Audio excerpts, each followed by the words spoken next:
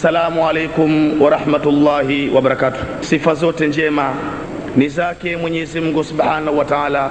Mimi na wewe Allah ametujalia tuko hai, tunaona, tunaangalia na pumzi zinaendelea, kwa sababu wako wenzetu wengi ambao wamekwisha kufa. Muda kama huu wako ndani ya vyumba, wanahifadhiwa, wanapigwa na baridi. Si kwamba wanapenda, ila ni kwamba wameshamaliza muda wa kuishi katika dunia. Mimi na wewe ambaye tunaona, tunaangalia, pumzi inaendelea, tumuombe Mwenyezi Mungu inshallah atuzidishie kila la kheri. Kadhalika rehma na amani zimwendee kiongozi wa umma ambaye ni Nabii Muhammad sallallahu alayhi wasallam, pamoja na ahali zake na maswahaba zake na waislamu wote kwa ujumla, na wale ambao wanakubali kusubiri na kuyasikiliza maneno ya Mwenyezi Mungu Subhanahu wa Ta'ala. Inshallah Mwenyezi Mungu awe pamoja nao. Ndugu zangu, leo mimi naizungumzia safari ndefu, safari ambayo kila mmoja wetu hapana shaka lazima atasafiri ndani ya safari hiyo. Si safari nyingine ila ni safari ya mauti, sakaratil mauti. Ndiyo mada ambayo inakusudia kuizungumzia katika siku ya leo. Mwenyezi Mungu tujalie yale tutakayoyasikia inshallah tuweze kuyazingatia. Tukitazama Qur'ani, Allah anatueleza ndani ya Qur'ani ya kwamba kullu nafsi dhaikatul maut, kila nafsi itaonja umauti, hata nafsi rasul, mpaka nafsi za mitume akiwemo Mtume Muhammad sallallahu alaihi wasallam. Kama ingekuwa kuna kiumbe ambaye anastahili kubakia milele, au labda angeweza kubakia hata ile siku ya kiyama, wallahi wa billahi asingekuwa mwingine ila angekuwa ni Mtume Muhammad sallallahu alaihi wasallam. Lakini yeye amekwenda, hayuko, ametoweka. Hapana shaka mimi na wewe tunasubiri wakati kuelekea mbele ya Mwenyezi Mungu Subhanahu wa Ta'ala. Sasa mauti ni jambo zito, lakini kutokana na nyoyo za mwanadamu, nyoyo ya mwanadamu vile ilivyo na kusahau, leo watu wamechukulia ya kwamba kifo ni jambo la kawaida. Na si ajabu ukasikia mtu anazungumza hadharani kwamba bwana, shida gani naipata duniani, basi bora nife nikapumzike. Inna lillahi wa inna ilaihi rajiun. Ni msiba, uzito wa mauti, uzito wa mauti.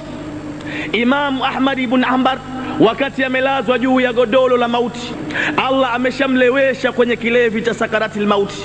Wakati Imam Ahmad ibn Hanbal amelala, pembeni yuko mwanawe Abdallah amekaa anamtazama baba yake, na huko Abdallah nini anasema? Anasema la ilaha illallah, la ilaha illallah. Na ndivyo ilivyo wewe uliye hai, utakapoona ndugu yako, mzee wako, dalili zake zote zimetimia, basi wewe uliye hai utamke ya kwamba la ilaha illallah, la ilaha illallah. Inaweza ikawa sababu yule maiti akatamka la ilaha illallah Muhammadur Rasulullah.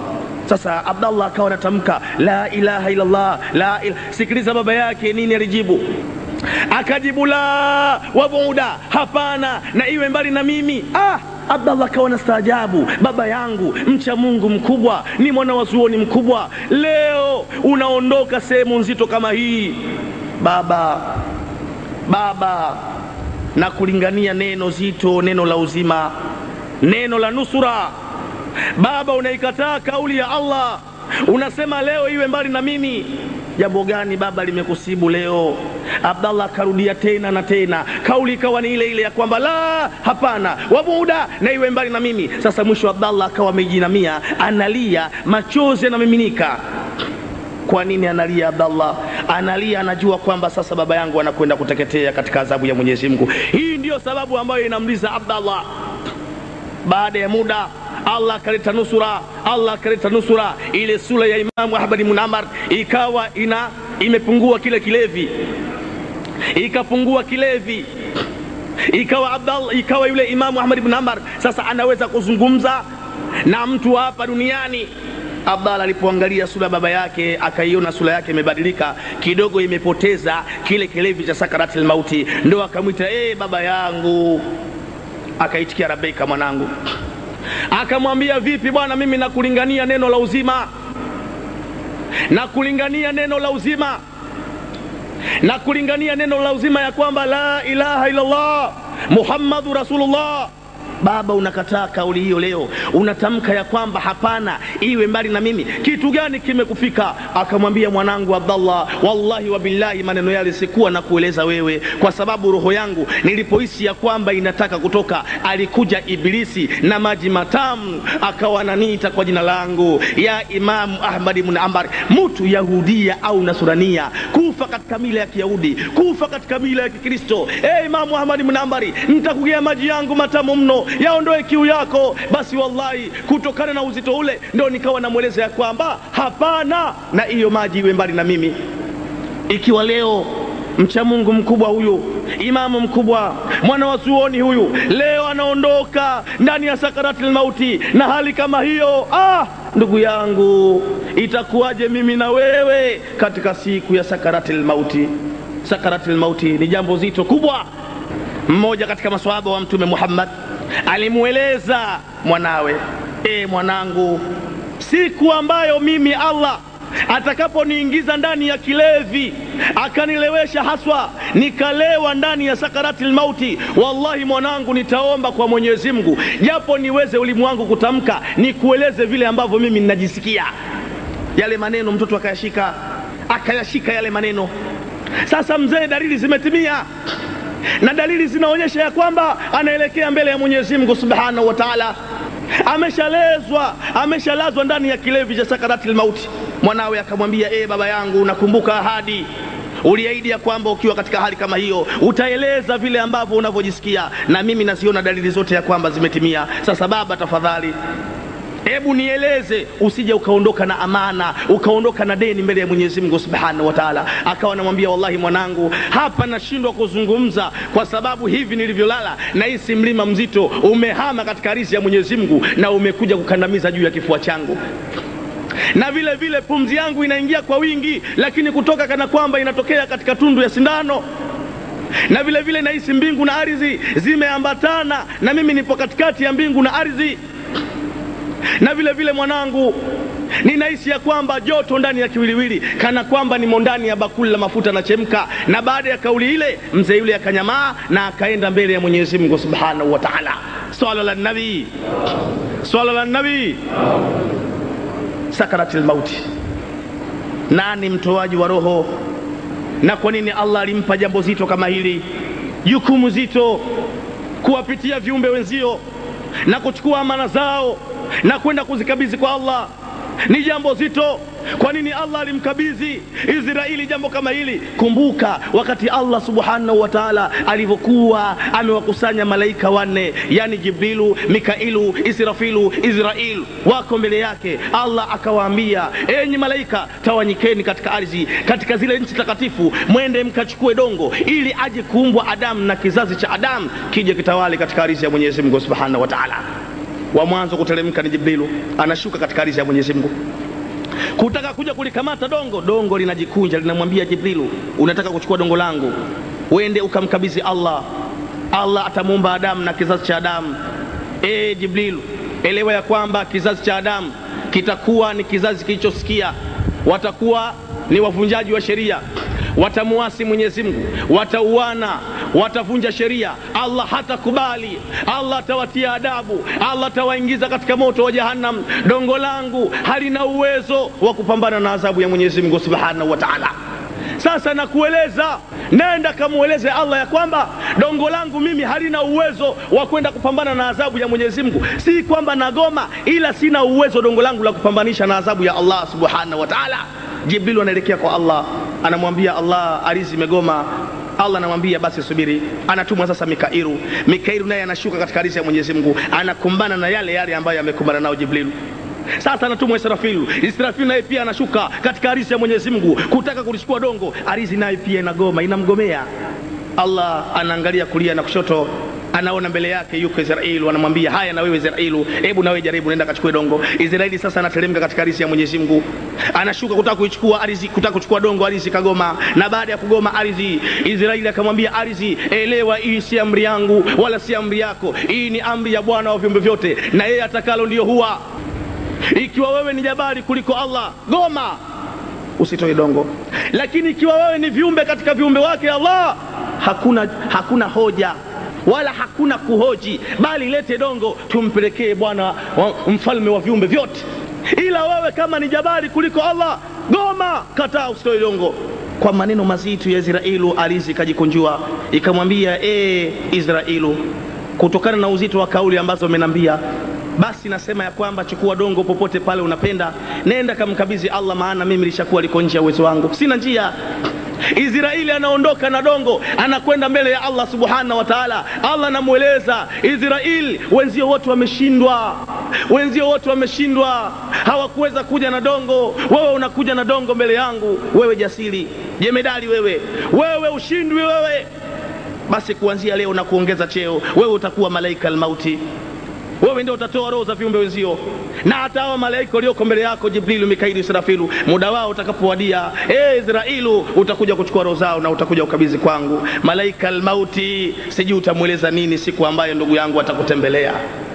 Nabii Ibrahim salawatullahi wa salamu alayhi, siku hiyo alikuwa anatembea katika jangwa la Maka. Mbele alimuona mtu, lakini kila alipomtazama mtu yule, macho ya yule mtu yalikuwa yanawaka mfano wa moto. Alafu kila anavyozidi kumwangalia, moyo wa Ibrahimu unapiga kana kwamba una presha kubwa. Ibrahimu akashindwa kuvumilia, lakini ajabu, akigeuza shingo yake kuangalia huku nyuma alikotokea, ile hali inatulia. Akigeuza shingo kuitazama sura ya yule jamaa, Ibrahimu tayari anahisi ya kwamba macho yake yanawaka moto, na kadhalika moyo wake unapiga kwa presha. Ibrahimu akasema, ama kwa hakika huyu si kiumbe wa kawaida, huyu hawezi kuwa kiumbe wa kawaida. Akasogea, kisha akamtolea salamu, alafu akamuuliza, liman, wewe ni nani? Yule mtu akamwambia, ana al-malakul mauti, mimi bwana ndio mfalme, mimi bwana ndio mtoaji wa roho wa viumbe. Kama ulisikia ya kwamba yuko malaika ambaye kazi yake ni kutoa roho za viumbe na kutenganisha kabisa baina ya roho na kiwiliwili, basi ndio mimi hapa ambaye naitwa malaika al-mauti. Akamwambia, sasa bwana sikia, mimi sina rafiki, ila rafiki yangu ni Mwenyezi Mungu, na huyo Mungu mwenyewe hana rafiki ila ni mimi Ibrahim. Isitoshe mimi ni kipenzi wa Mwenyezi Mungu, na isitoshe mimi ni nabii wa Mwenyezi Mungu. Leo muda wangu haujawadia Israeli, muda wangu haujafika tena, ndio rafiki, ndio kipenzi wa Mwenyezi Mungu, na kutazama presha inapiga namna hiyo. Israeli, itakuwaje sura yako wewe siku ambayo unakuja kumtoa roho mtu ambaye maisha yake yote hapa duniani hakumjua Mwenyezi Mungu, na wala hakumjua Mtume Muhammad sallallahu alaihi wasallam, na wala hakumjua mtume wa Mwenyezi Mungu? Itakuwaje hiyo sura yako wewe? Akamwambia, Ibrahim, unataka kuiona sura yangu vile inatisha? Mimi nahuzunika kwa kuwa wewe ni kipenzi wa Mwenyezi Mungu, lakini kwa sababu umeomba, basi wallahi nakueleza ya kwamba geuka ulikotoka, kisha nitakwambia uniangalie, utaiona sura yangu vile inavyoonekana. Ibrahim aligeuza shingo yake akaangalia alikotokea, na baada ya muda akaitwa, Ibrahim, hebu sasa angalia sura yangu. Basi wallahi alipogeuza shingo yake kuitazama sura ya malaika al-mauti yenye kutisha, Ibrahimu alishindwa kuvumilia, alianguka chini akapoteza fahamu. Malaika wa Mwenyezi Mungu wakamteremkia, wakamuamsha, wakamwambia, Ibrahim vipi? Akasema, wallahi wa billahi, sura yake peke yake bwana huyu ni adhabu tosha kwa kiumbe. Malaika al-mauti, malaika al-mauti anakuja, yuko.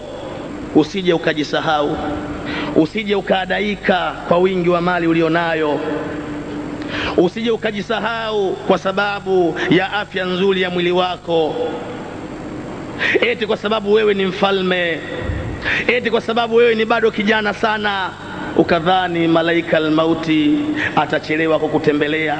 Malaika al-mauti anakuja, yuko mbele yetu, yuko nyuma yetu. Malaika al-mauti tuko naye, hapana shaka ndugu zangu, hata tutembelea. Ikiwa yeye aliweza kuwatembelea manabii wa Mwenyezi Mungu, ikiwa yeye aliweza kumtembelea Mtume Muhammad, mimi na wewe ndio nini? Lazima atakuja.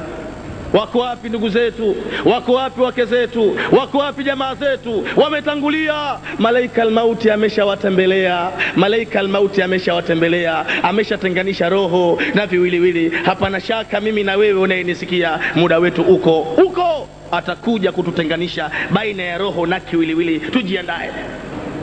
Hata kama una mali, hata kama ni mfalme, hata kama una cheo, ukajenga nyumba yako kubwa bwana, ukaweka walinzi, ukaweka geti, ukaweka walinzi ndani ya geti hilo, malaika al-mauti atakuja muda wako utakapowadia, mpaka kwenye mlango wa geti ya nyumba yako. Malaika al-mauti anakuja pale getini, anapita kwenye geti la mlango wako. Hakuna mlinzi yoyote ambaye atakayemuona malaika al-mauti. Malaika al-mauti hataonekana, ataingia ndani ya yadi ya nyumba. Malaika al-mauti anaangalia pembeni na kulia na kushoto. Anakuta watoto wako wanapiga mpira, anakuta mke wako anapika chakula, anaona ndugu yangu umekaa kwenye kiti umetulia. Malaika al-mauti anasikitika, huyu jamaa muda umekwisha. Badala ya kusali, badala ya kufanya istighfari, badala ya kuomba msamaha kwa yale aliyoyatanguliza, leo ndio kwanza amestarehe, anasoma gazeti, anadhani dunia hii kwamba atakaa milele.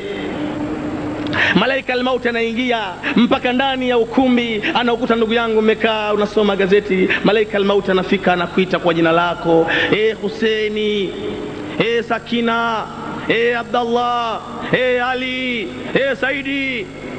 Ana al-malakul mauti, ana al-malakul mauti, mimi ndiyo mtoaji wa roho wa viumbe, na Allah ameniagiza muda wako umemalizika wewe.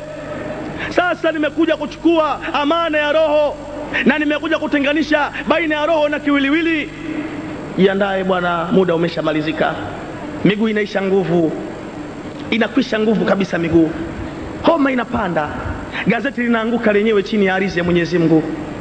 Mke wako anakuja na kuuliza, mume wangu vipi? Hata la kujibu huna. Mara unajua siji nimeona kitu, mara nimetokea na kitu, hata sikielewi kitu gani, mara nimesikia mtu ananiambia maneno. Wakati huo tayari homa inapanda na pressure imeshaingia. Jueni mabwana, muda unapowadia basi kila jambo linakuwa linajitokea. Wakati huo mke wako anakushika mkono wa kulia, anakuweka begani, safari moja kwa moja mpaka chumbani. Unafika ndani ya chumba, anatandika kitanda vizuri, anaweka mto mzuri, anasogeza feni vizuri, anawasha feni, inapiga kulia na kushoto. Anakushika mke wako, anakulaza juu ya godoro, anaweka na mto. Wakati anakulaza kwenye godoro, mke wako anatoka nje. Wakati anatoka mlangoni, anapishana na malaika al-mauti. Malaika al-mauti anaingia ndani ya nyumba na mke wako anatoka. Malaika al-mauti anakuja kwenye kitanda chako, alafu anakuambia, ndugu yangu, leo unalala, sio siku ya kulala. Leo wewe unaenda mbele ya Mwenyezi Mungu Subhanahu wa Ta'ala. Homa inapanda.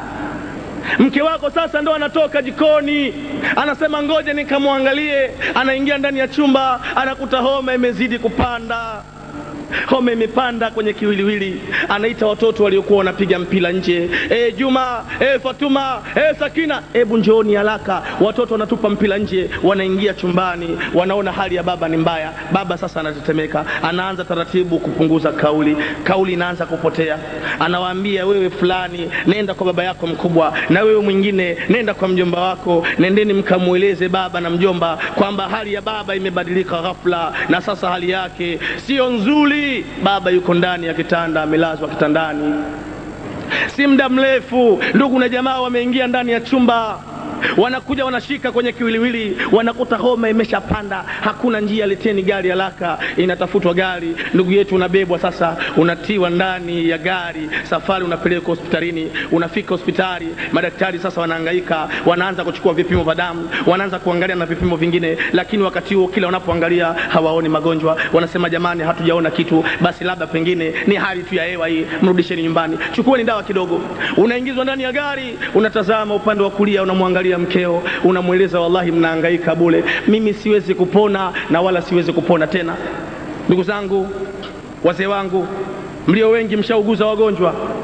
Mara nyingi wagonjwa wanaokaribia kufa, ambao muda wao umeshafikia, huwa wanasema kwamba jamani hakuna dawa ya kuniponesha, jamani mimi siponi. Kwa nini? Kwa sababu wameshawasiliana na malaika al-mauti kuwaelezwa ya kwamba muda wenu hapa duniani umeshamalizika, mujiandae kwa ajili ya kuelekea mbele ya Allah subhanahu wa ta'ala.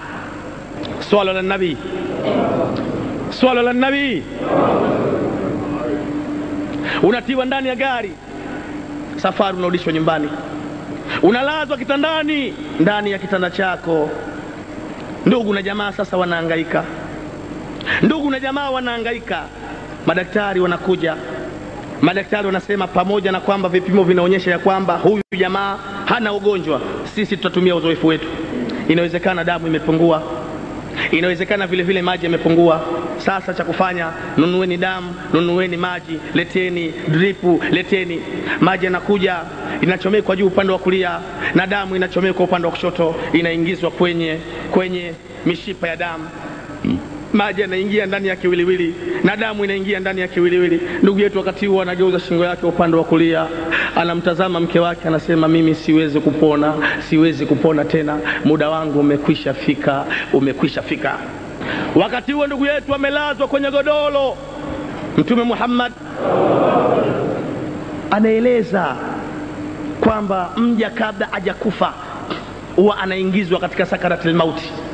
Watu wengi hawajui nini sakaratul mauti, maana mgonjwa huyu tayari amelazwa pale, yuko juu ya godoro, ndugu zake na jamaa wamejaa ndani ya chumba. Allah sasa ndo anamuingiza kwenye sakaratul mauti. Sakaratul mauti ni nini? Watu wengi hawajui ni nini sakaratul mauti. Watu wanadhani kwamba mtu akifa anakufa tu kama amelala. Enyi watu, jueni kwenye kifo kuna kitu kinaitwa sakaratul mauti. Ni nini sakaratul mauti? Sakaratul mauti ni kilevi. Kilevi hichi huwa kinampata mja wakati roho yake inataka kuchukuliwa. Unajua ni muda gani huo?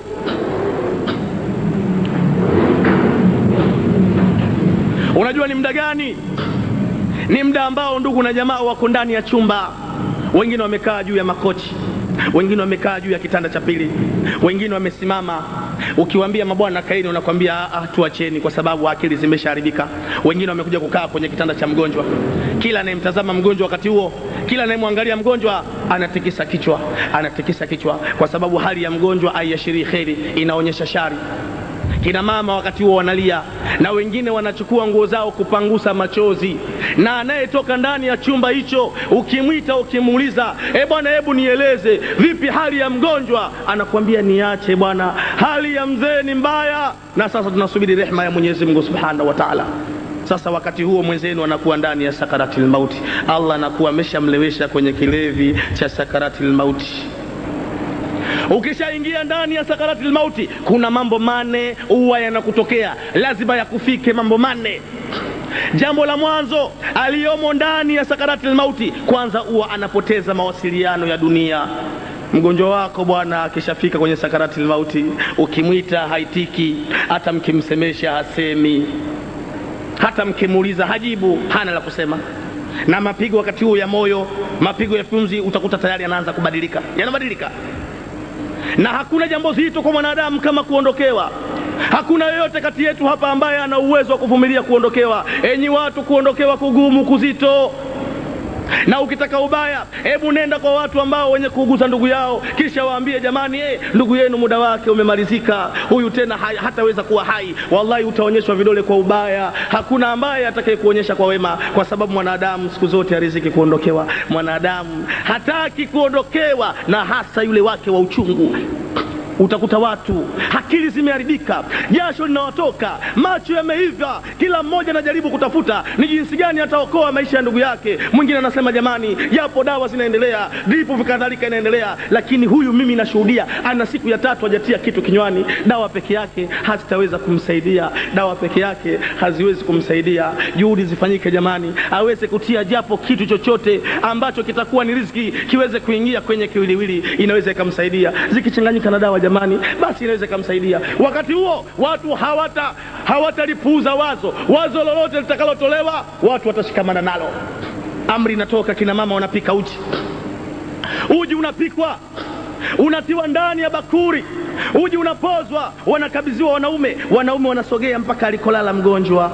Mgonjwa sasa ameishiwa nguvu, hana uwezo hata wa kufungua kinywa, wanakamua kile kinywa, wanamimina uji. Wale ndugu, uji unajaa ndani ya mashavu, uji hauendi. Allah meloki, hata punje ya uji haipenyi kwenye kiwiliwili. Allah ameshakata mawasiliano ya dunia. Mnahangaika bure. Wale ndugu hawakubali, wataongeza uji. Uji sasa umejaa ndani ya mashavu, hauendi, unatafuta sehemu ya kutokea. Uji sasa unapenya upande wa pili, unaanguka kwenye godoro. Uji unatoka ndani ya kinywa, sasa unavujia kwenye godoro. Uji hauendi.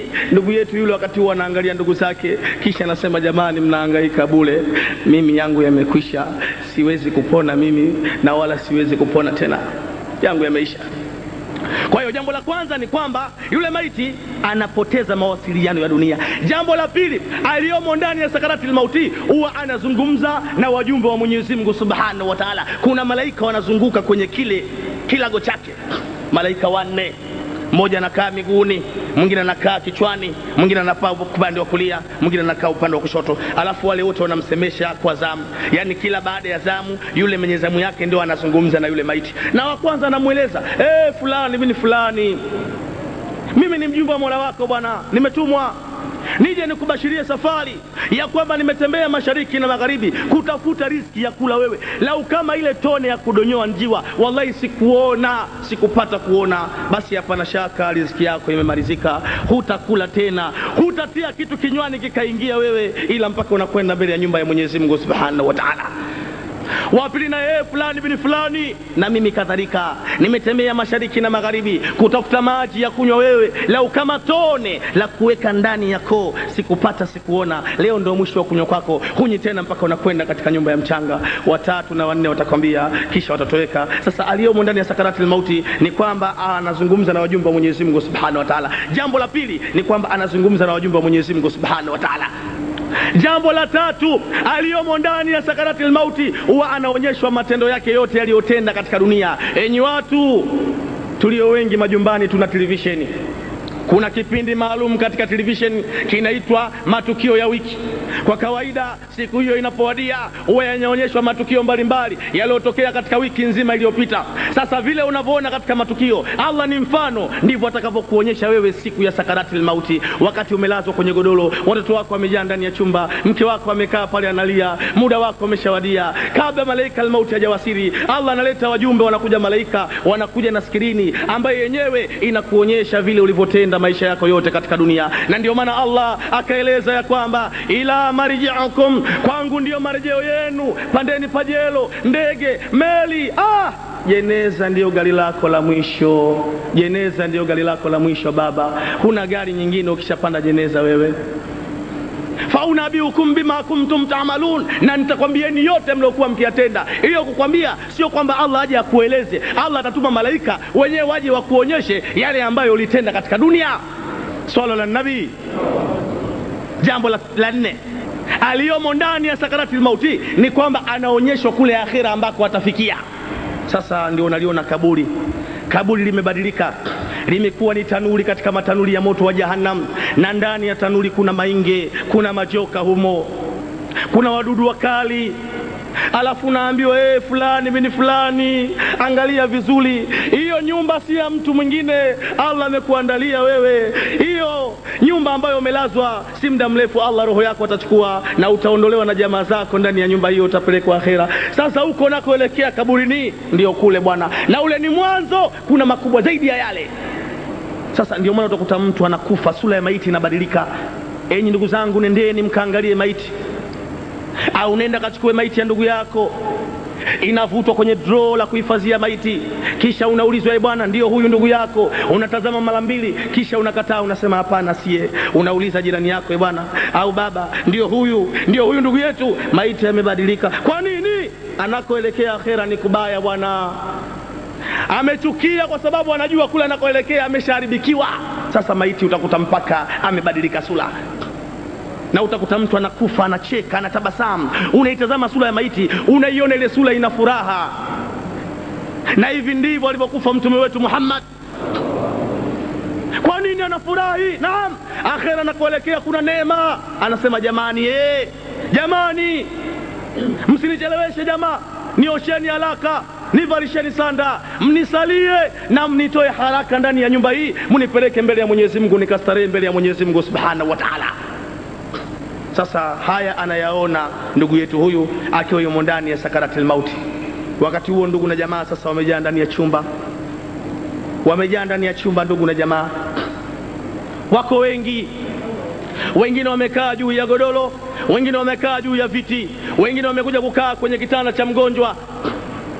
Wakati huo tayari malaika al-mauti sasa ndo anaingia, na malaika al-mauti anapoingia anakuja moja kwa moja kwenye miguu yako, anasimama mbele kidogo ya miguu yako, alafu anatoa salamu, na baada ya salamu anakueleza, fulani bin fulani, mimi ndiyo malaika al-mauti, nimekuja nikueleze ya kwamba ule muda umemalizika, wewe sasa ni buriani, sasa ndio unaelekea mbele ya Mwenyezi Mungu. Kama ulisikia kwamba kuna mauti, mauti ndio inakufika sasa. Unamtazama malaika al-mauti, kisha unasema malaika al-mauti, malaika al-mauti, mimi hakuna habari njema ambaye nimeitanguliza mbele ya Mwenyezi Mungu. Mimi nilijisahau na dunia, nilizani ya kwamba nitabaki hapa duniani. Malaika al-mauti, leo kama utachukua roho yangu, wallahi nitakuwa ni mwenye kuteketea mbele ya Mwenyezi Mungu. Malaika al-mauti, ndani ya nyumba yangu wamejaa watoto wangu, wamekuja na wake zao, wako juu ya magodoro, mke wangu huyo hapo analia, na ndugu zangu na jamaa zangu hao hapo wamejinamia, na wengine machozi yanamwagika. Malaika al-mauti, hawa wote leo hawana uwezo wa kunisaidia. Ni wewe tu malaika al-mauti ndio ambaye unaweza kunisaidia. Tafadhali, mimi leo nachukua dhamana. Hakuna mtu ambaye nampenda hapa duniani kama mke wangu, huyo hapo amekaa. Hakuna watu ambao nawapenda zaidi kama wanangu, leo wako barazani wamekaa. Malaika al-mauti, mchukue mke wangu basi, chukua na watoto wangu basi, niachie roho yangu. Malaika al-mauti akwambie, fulani bin fulani, mimi sina haja na mke wako wala sina haja na watoto wako, leo mimi naitaka roho yako. Utamwelezea malaika al-mauti, basi nakueleza jambo lingine, mimi benki na milioni 200, na hiyo cheki imo ndani ya draw upande wa kulia, funguo hiyo hapo iko juu ya kabati. Malaika al-mauti, leo yamenifika mimi, sina njia, mimi nitafanya nini ya Rabbi? Mbona wanangu leo hao hapo hawaniwezi kunisaidia? Sasa chukua basi funguo hiyo, pesa iwe mali yako. Na vile vile malaika al-mauti, nje na magari, hiyo gari moja hiyo hapo ni bado mpya, hata namba sijaweka. Malaika al-mauti, leo yamenifika mimi, sina njia, nitafanya nini? Malaika al-mauti, chukua basi fedha yangu yote, na chukua magari yangu yote, niachie roho yangu. Malaika al-mauti akwambie, leo sina haja na fedha yako, wala mimi sina haja bwana leo na magari yako, mimi naitaka roho yako bwana. Dakika zinaishia bwana, bado dakika moja imesalia. Unamweleza malaika al-mauti, sasa nitafanya nini? Basi nakueleza jambo la mwisho. Likishindikana hilo malaika al-mauti, mimi tena sina njia, na mashamba mimi tena, mashamba yangu nimeletewa chakula, nimeletewa habari juzi ya kwamba chakula kiko tayari, kimeshawiva. Malaika al-mauti, basi nenda kachukua yale mashamba yote yawe mali yako. Malaika al-mauti, niachie roho yangu. Malaika al-mauti akwambie, sina haja na mashamba yako wala sina haja na mali zako, mimi naitaka roho yako. Sasa malaika al-mauti anatoka sasa kwenye miguu yako, anakuja moja kwa moja, anakaa kichwani. Ndugu zako wamekujalia ndani ya chumba, hawana uwezo wote wa kukusaidia. Sasa malaika al-mauti kwa kidole chake mkono wa kulia anaanza kuishika roho kwenye kidole chako gumba cha mguu wa kulia, anaivuta ili kuitoa roho na kuitenganisha baina ya roho na kiwiliwili. Mtume Muhammad anaeleza kwamba uchungu wa roho wakati mtu roho yake inachukuliwa, laiti angewekwa juu ya majani au juu ya busati, kisha yule jamaa aliye hai achunwe ngozi yake kana vile anavyochumwa mnyama, basi ule uchungu ambao atajisikia muda ule uongezeke mara 70,000, haujafikia uchungu wa roho wakati mtu anakufa. Na ndio maana utakuta mtu roho yake inatoka, haja kubwa na ndogo zinamiminika, mwenyewe hajui. Enyi watu, jueni kifo ni jambo zito. Kifo si jambo la mchezo kama wanavyodhani baadhi ya watu. Malaika al-mauti anaanza kuishika roho katika kidole gumba cha mguu wa kulia. Ndugu yetu maumivu ni makali, anarusha mguu wa kulia. Malaika al-mauti anaacha mguu wa kulia, anakuja kushika roho katika mguu wa kushoto, anagusa kwenye kidole gumba mguu wa kushoto. Ndugu yetu kadhalika anarusha mguu wa kushoto. Ndugu yetu sasa anaanza kutetemeka, jasho linaanza kumiminika, anaangalia kulia. Nani leo atakuja kunisaidia jamani? Hakuna, haoni wa kumsaidia. Anageuza shingo upande wa kushoto, na huku nani leo atakuja kunisaidia jamani? Amenifika, haoni wa kumsaidia. Ndugu sasa wanaanza vilio, wanalia, wanaona ndugu wanahangaika, wanajua hapa na shaka sasa ndugu yetu safari ya Mwenyezi Mungu imeshawadia. Malaika al-mauti sasa anakamata miguu kwa nguvu, na roho sasa inaanza kuchukuliwa, anaichukua, anatumia nguvu. Roho inachukuliwa kuanzia kwenye vidole, taratibu roho inakuja miguu ya ndugu yetu sasa inaanza kutetemeka kutokana na maumivu makali ya roho. Roho inakuja, inafika mpaka kwenye magoti. Ikifika magotini, malaika al-mauti anatulia, anapumua, kisha anamtazama na kutazama usoni, anasikitika, anasema ndugu yetu tayari, ndugu yangu anakwenda kuteketea huyu, maana hakuna lilotenda zuri katika dunia. Malaika al-mauti anaanza tena kuitoa roho kutoka kwenye miguu, kwenye magoti. Roho inakuja moja kwa moja mpaka inafika kwenye kiuno. Ikifika kiunoni, malaika al-mauti anatulia tena, kisha anakutazama usoni. Ndugu na jamaa wamezunguka godoro, mmoja anakuja anachukua shuka anafunika, hajui kwamba muda kumbe tayari umeshawadia. Hawajui kwamba malaika al-mauti ndio anamalizia amana ya Allah subhanahu wa ta'ala. Malaika al-mauti anaitoa tena roho kwenye kiuno. Roho sasa inakuja taratibu, inafika mpaka kwenye koo. Ikifika kwenye koo, malaika al-mauti anatulia tena, anatulia. Alafu sasa anakutazama usoni malaika al-mauti. Roho wakati huo sasa iko kwenye koo. Ndugu yetu sasa unaanza kukoroma. Enyi watu, jueni, ukiona ndugu yako anakoroma, mjue malaika al-mauti sasa ameshafika sehemu ngumu, sehemu ya mwisho, ndio anamalizia sehemu za mwisho. Malaika al-mauti anaanza tena kuitoa roho kwenye koo. Roho inakuja kwenye kinywa, kwenye macho. Sasa imefika utosini. Malaika al-mauti kwa mkono wake wa kulia anaikamata roho, anachomoa kwenye utosi, na sayari anapaa nayo mbele ya Mwenyezi Mungu subhanahu wa ta'ala. Umekwisha kufa. Mtume wetu Muhammad anaeleza, ndugu yenu mwenzenu, Muislamu mwenzenu, mauti yatakapokuwa yamemfika, basi nyinyi mlio hai, la mwanzo muyafinye macho yake, ama kwa nta au kwa mafuta, kwa sababu yale macho ya maiti yanaiona roho yake inavyosambaa kwenda kupokelewa na Allah subhanahu wa ta'ala. Maiti na wakati mgumu analia, roho yangu inakwenda, naacha wanangu, naacha nyumba yangu, naacha mali yangu, roho yangu inakwenda, nitakuwa mgeni wa nani akhera? Sasa ndio maana Mtume akasema, kumsiri mwenzenu mufunike macho yake, maana tayari yameshamfika. Sasa umekwisha kufa, umelazwa juu ya godoro la mauti. Watoto wako wanaanza kilio, mke wako anachukuliwa, anashikwa kwenye mkono, anapelekwa chumba kingine, chumba cha pili. Watu wanaanza kilio, ndugu na jamaa. Sasa watu wanaondolewa, kina mama wote wanaondolewa ndani ya chumba. Sasa watu wazima ndio wanakuja, majirani wale watu wazima wanaingia mpaka chumbani, wanakuja pale, wanaambiwa jamani, hali ya baba ndo kama mnavyoiona. Wale watu wazima wanakugeuza pande wa kulia, wanakugeuza kushoto, kisha wanasema huyu amekwisha kufa, si mwenzetu tena, hayuko katika dunia. Alafu wale watu wazima wanauliza, nani amemweka huyu jamaa kwenye kilago hiki? Nye watoto, ni nani aliyemweka huyu maiti kwenye godoro hili? Leo hana hadhi ya kulalia godoro hili, wala hana hadhi ya kulalia tandiko hili, mtoeni. Watoto wanalia, machozi yanamiminika, wanasema jamani, huyu ndio baba yetu sisi, na huyu ndio mwenye nyumba hii, na huyu vitu vyote ambavyo mnaviona ndani na nje ya nyumba hii, baba huyu ndio alifanya kazi hii ya kununua na kugaramia. Baba huyu tunamheshimu sana, baba huyu tunamthamini sana. Leo wazee mnatueleza tumtoe baba yetu katika kitanda hiki, tumtoe kwenye godoro hili lisi. Hatuoni sehemu ambayo baba yetu inaweza ikalingana na hadhi nyingine nje ya godoro hili. Labda wazee mtusaidie, tumweke wapi baba yetu leo?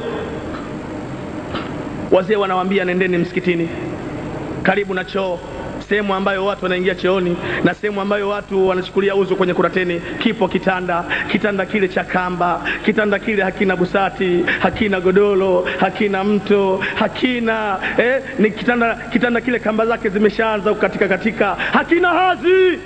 Kitanda hicho hakina thamani.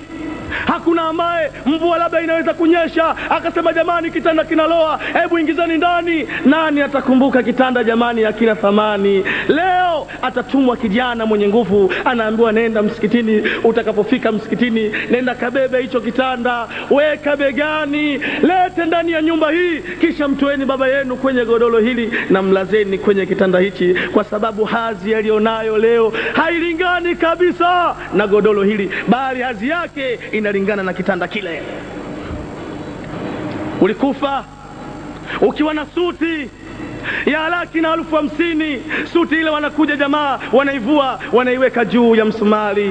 Ulikufa ulikuwa na kiatu kizuri, kiatu kinaweka uvunguni, wanachukua mkono wako wanatoa pete wanaweka juu ya kabati, wanaangalia mkono wa kulia wanatoa saa ya mutima, saa ile yenye hazi pia kadhalika inawekwa pembeni juu ya meza. Ndugu yetu amekwisha kufa, unaondolewa nguo zako sote, sasa unavalishwa shuka nyeupe. Taarifa zinakwenda, ndugu na jamaa sasa wamejaa ndani ya nyumba na watu wanakaa vikao sasa kujadili ndugu yetu leo tutamzikia wapi, na baada ya kujadiliana wanakubaliana ya kwamba tutamzika. Taarifa zitakwenda sasa, watu wamejaa mbele ya nyumba, wamejaa mbele ya nyumba. Safari ndio inaanza. Yanaletwa maji.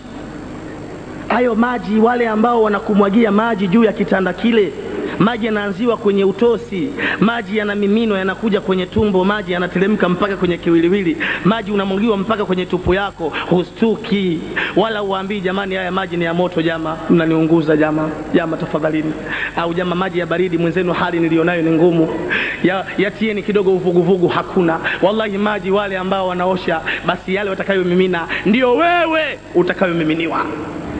Inaletwa sanda, inakwenda kuchukuliwa sanda.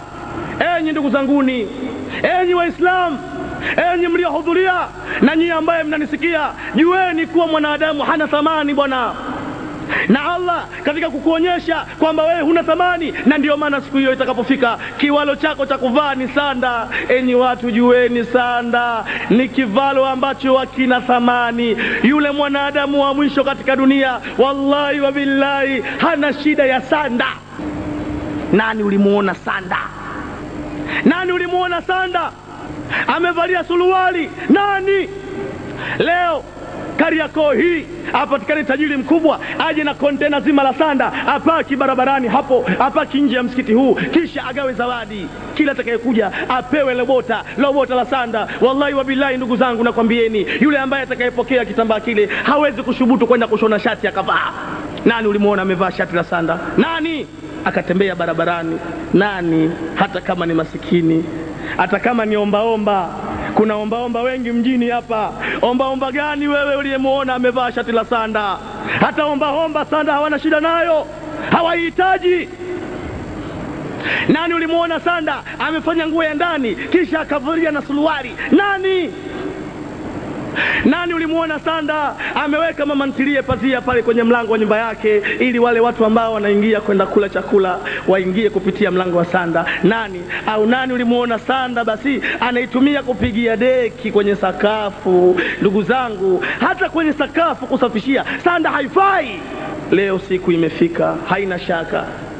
Siku hiyo ndugu zako na jamaa zako watasafiri, watakwenda mbali, watakwenda Tanga, watakwenda Morogoro, watakwenda Kigamboni, watakwenda Rufiji. Watasafirishwa watu kwa kugharamiwa nauli, waende wakanunue sanda. Tena wanaamrishwa, jamani fanyeni haraka, tunawasubiri nyinyi tu jamaa. Mtakaporudi na sanda ndio mambo yatakayokuwa yamekamilika jamaa, na msiporudi na sanda basi jueni mambo hayajakamilika, ili ndugu yetu huyo apate safari. Hapana shaka leo nguo yake ya kuvalishwa ni sanda.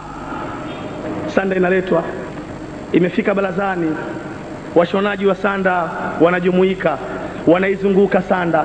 Washonaji hawa hawana uzoefu, hawana ufundi kwamba labda wamesomea mahala, ni wazee watu wazima, na wengine macho yashaanza kuwasumbua, hawaoni tena. Basi hiyo sanda, ile sindano yenyewe ya kushonea dukani inauzwa shilingi 10, imezidi labda shilingi 20, ndiyo sindano za kushonea sanda.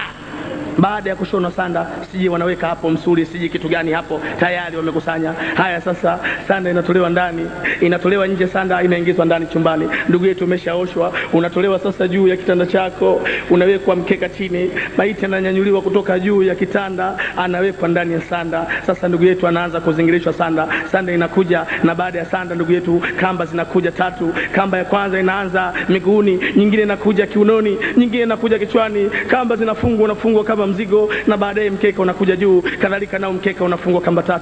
Ndugu yetu sasa ameshafanywa haya. Sasa wale watu wazima wanaagiza, jamani, leteni jeneza, leteni jeneza. Jeneza linabebwa, limeshapambwa jeneza, linasogea kwenye mlango. Ndugu yetu sasa anatolewa ndani. Tena wale watu wanauliza, kichwa kiko wapi?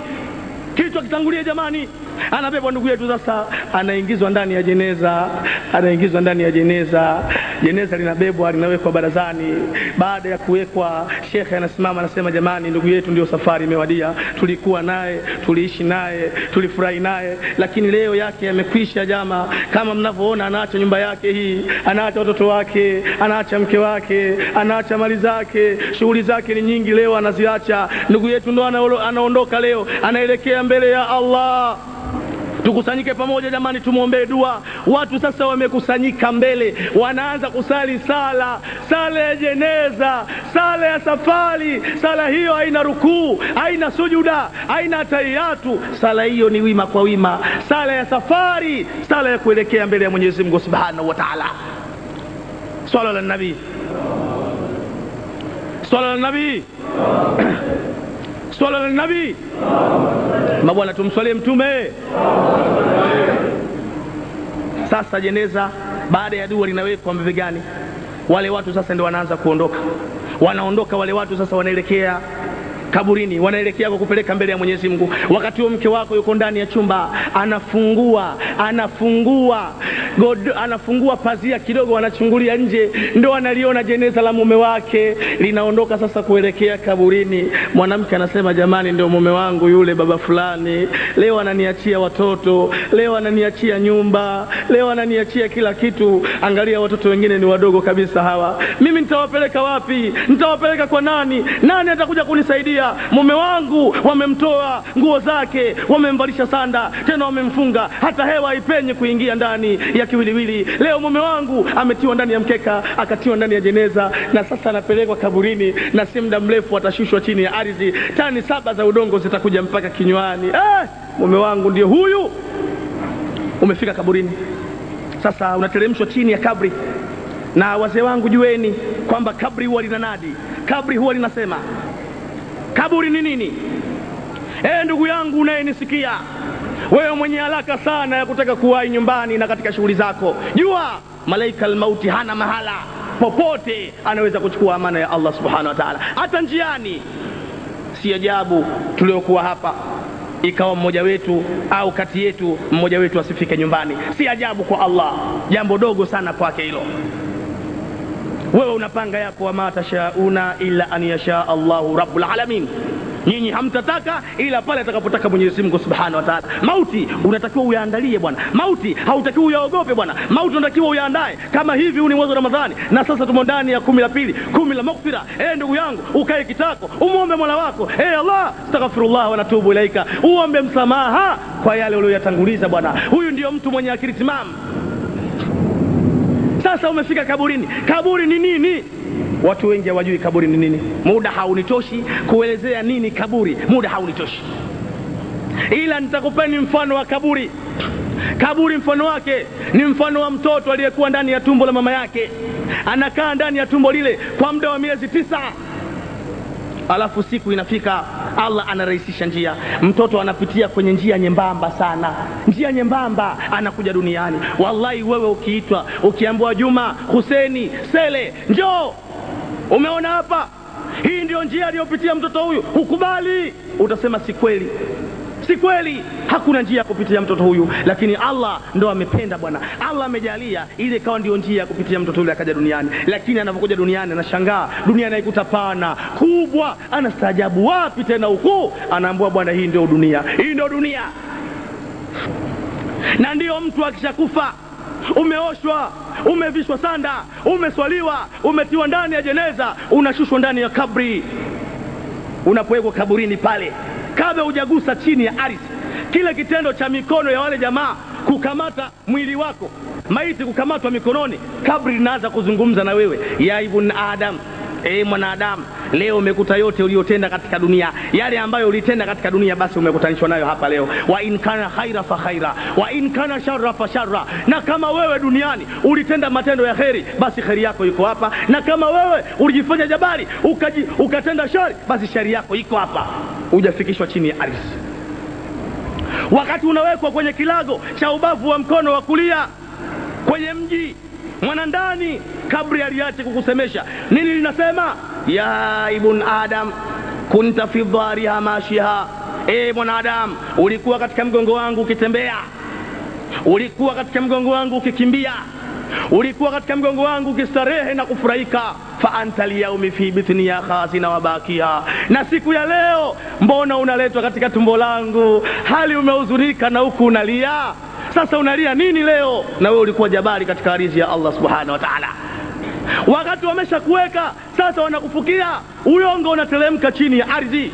La ilaha illa Allah, la ilaha illa Allah, la ilaha illa Allah, la. Udongo unakuja mpaka kinywani. Kabri linakueleza ya ibn Adam dafanuka, wanakufukia wenzio. Wansarafu anka ma nafauka, tena wanaondoka, ulitegemea kwamba watakusaidia. Jamaatul mali, ulikusanya mali duniani, wataraktauli ghairika, malio leo umewachia wenzio. Fahisabuhu alaika, na hesabu ya malio utaulizwa wewe siku ya kiyama. Sasa baada ya kufukiwa, tunafundishwa na mtume wetu Muhammad kwamba maiti baada ya kuamka ndani ya kabri anakuta kaburi pana kubwa. Maiti anastajabu, wapi? Niko wapi? Na kwa mafundisho ya mtume Muhammad, maiti wakati yumo ndani ya kaburi, jambo la mwanzo kumjulisha kwamba ile ni akhera.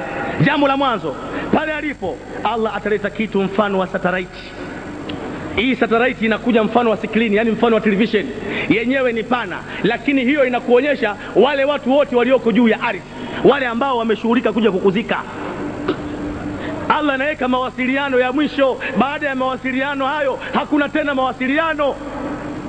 Sasa ndio maiti anaona pale kwamba mjomba yule pale, kaka yule pale, jamaa wale pale. Pale kwa wale watu wabaya wanakuwa na mategemeo kwamba watanisaidia bwana, hawa jamaa zangu wako bwana, hawataweza kukubali kuniacha sehemu kama hii bwana, basi japo kidogo unaweza ukanisaidia. Sasa sehemu ngumu, wakati jamaa wanaondoka, kama walikuja na magari, wanaingia kwenye magari yao, wale magari yanawashwa, yanaondoka magari. Pale ndio maiti anapiga ukelele mkali mno, na malaika anamwambia fulani mimi fulani. Hakuna kelele huku. Wewe sasa ni mtu wa akhera, na huku bwana hakuna kelele. Huku bwana kuna taratibu zake, kila anayekuja huku lazima aojiwe. Si muda mrefu watakuja malaika kuja kukuhoji. Hawa ni Munkara wa Nakir, malaika wawili ambao wenyewe watakuja kukuhoji matendo yako ulitenda katika dunia, na hawa wanatakiwa ueleze yaliyo ya kweli. Na hawa pia Allah amewapa mamlaka ya kukutia adabu iwapo kama hutajibu vile wao wanahitaji. Sasa uwe makini bwana, haya makelele yako hayatakusaidia. Kwanza Allah ameshakata mawasiliano baina ya huko ambako unawapigia makelele, hawatasikia tunakwambia.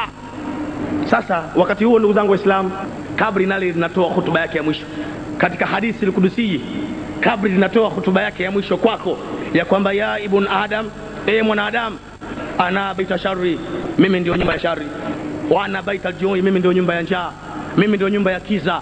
Mimi ndio nyumba ya kiu. Mimi ndio nyumba ya fedheha. Mimi ndio nyumba bwana ya matatizo. Mimi ndio nyumba ya kila shari. Mimi ndio nyumba ya kadha wa kadha wa kadha wa kadha wa kadha. Fulani bili fulani. Hii si dunia uliokuwa ukichezea, hii ni akhera. Basi ujue siku yako ya leo itakuwa ni siku ngumu sana kama ukumjua Mwenyezi Mungu na ukumjua Mtume Muhammad sallallahu alaihi wasallam. Alafu kaburi linamalizia linasema illa man rahmahullahu, isipokuwa atakayekosa kufedheheka leo ni yule ambaye Mwenyezi Mungu amemrehemu, na yeye Mungu ni mwingi wa kurehemu, basi huyo hatutapambanishwa naye. Lakini wewe, ikiwa wewe hukumjua Mwenyezi Mungu, basi wallahi elewa ya kwamba leo tutapambanishwa nawe. Kwa hiyo baada ya hapo ndio watakuja wale Munkara wa Nakir, na hawa ndugu zangu wawili, ndugu zangu Waislamu, ni malaika wawili, mmoja anakaa kulia, mwingine kushoto. Mtume Muhammad Mtume Muhammad anaeleza sifa za malaika hawa. Anasema jicho lake akimulika kukuangalia ukali wake kama umeme wa radi, na vile vile akiongea ile kukuoji wa ma rabbuk, nani mola wako, ile sauti yake ni sawa sawa na mungurumo wa radi ambao watu wanakimbia ovyo barabarani, ndio sauti ya huyo malaika. Alafu hilo lungu ambalo anakamata kukutia nalo adabu, unaambiwa dunia nzima waliokuwa hai na waliokufa tukusanyike, kisha tulinyanyue, hata kutikisika alitikisiki. Na wakati sasa unaadhibiwa, maana utakapohojiwa pale, wama rabbuka, nani mola wako, wama nabiyuka, nani nabii wako, wama kiblatuka, wakati unahojiwa hataweza kuyakumbuka mtu dhalim. Allah amesema ndani ya Qur'ani bwana, wal akibatu litaqwa, mwisho mwema utawathibitikia wamchao Mwenyezi Mungu. Hakuna mwisho mwema kwa watu wabaya, hakuna mwisho mwema kwa wanafiki, hakuna mwisho mwema kwa watu wasiomjua Mungu. Mwisho mwema ni kwa wale wenye kumcha Allah subhanahu wa ta'ala. Mwenyezi Mungu tujalie tu ni wenye kumcha Mwenyezi Mungu. Sasa wakati huo, ndugu zangu Waislamu, wakati unaadhibiwa, ukelele ambao unapiga mpaka maiti wenzio wa jirani nao wanapiga makelele, wanakwambia fulani bin fulani, hivi kutangulia kwetu sisi akhera haikuwa ukumbusho kwenu nyinyi huko akhera? Hamkujua kwamba akhera iko vipi? Hamkujiandaa nyinyi? Basi laana za Mwenyezi Mungu zikutulemkie zaidi. Swala la nabii. Enyi wazee wangu Waislamu, ama kwa hakika mauti ni jambo zito. Mauti ni jambo kubwa. Dunia hii isije ikatushughulisha kiasi tukamsahau Mwenyezi Mungu na tukasahau mtume wetu Muhammad sallallahu alaihi wasallam. Mauti yanakuja, mauti yanatusogelea. Tulio wengi tushapoteza ndugu zetu hapa, baba zetu, ndugu zetu, wake zetu, watoto wetu wametoweka, na sisi pia tatufika. Sasa kila mmoja hapa lazima ajiulize maswali yafuatayo. Kwa kuwa muda umekwisha, sitapenda kuchukua muda mrefu. Maswali yafuatayo naomba mtu ajiulize.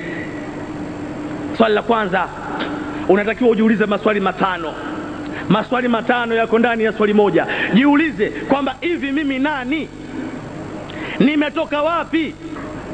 Baada ya hapa nitakwenda wapi? Labda niarudie maswali hayo. Jiulize, hivi mimi nani? Nimetoka wapi? Hapa nilipo wapi? Baada ya hapa nitakwenda wapi? Na huko niendako kuna nini? Maswali matano haya yako katika swali moja. Nitarudia tena. Mtu yoyote mwenye akili timamu ni lazima ujiulize kwamba hivi mimi nani? Nimetoka wapi? Hapa nilipo wapi? Na baada ya hapa nitakwenda wapi? Na huko ninakokwenda kuna nini? Mtu yoyote mwenye akili timamu lazima maswali haya haweke ndani ya akili zake. Na kama utaona mtu hajaweka kichwani maneno kama haya, huyu mtu hajakamilika. Swali la mwisho ambalo unatakiwa ujiulize kwamba jiulize, mimi fulani bin fulani, hivi kama mauti yatanifika usiku wa leo na asubuhi nikaamkia kushonewa sanda kupelekwa akhera, hivi mpaka leo hii nimeshatanguliza nini cha kunisaidia mbele ya Mwenyezi Mungu?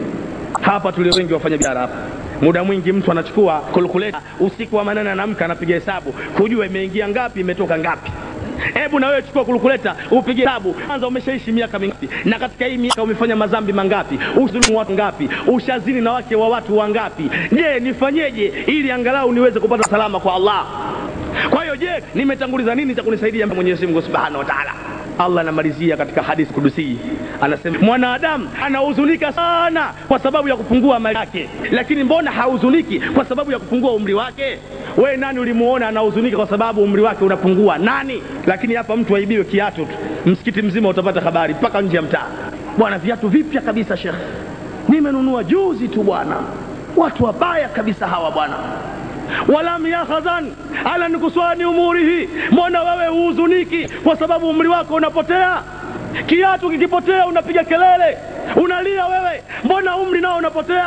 Unafurahi vipi? Innal insana la fi khusr, hakika mwanadamu yumo ndani ya hasara. Mwenyezi Mungu tuepushe na hasara hiyo. Ndugu zangu Waislamu, jambo kubwa kabisa, tumuombe Mwenyezi Mungu inshallah aweze kutuzidishia, atujalie mwisho mwema wa maisha yetu hapa duniani. Atujalie, narudia tena, atujalie mwisho mwema wa maisha yetu hapa duniani. Atujalie mwisho mwema wa maisha yetu hapa duniani. Manake nazungumza mwisho mwema kwa sababu unaweza ukasali mzee sala 5 Unaweza mzee ukafunga usiku kaamka, siku moja ukasema leo ngoja ni kazini bwana, si leo tu, na mauti yakakukuta uko juu ya kifua cha Sauda. Fadkhulun nar, ni motoni wewe. Ndio. Sasa unapoambiwa uombe mwisho mwema, maana yake yale mauti yakukute katika amali njema, ufe hali ya kuwa ni Muislamu kamili. Sasa narudia tena kuomba, Mwenyezi Mungu tujalie mwisho mwema. Mwenyezi Mungu tujalie mwisho mwema. Allahumma ja'alil husnul khatima, Allahumma ja'alil husnul khatima.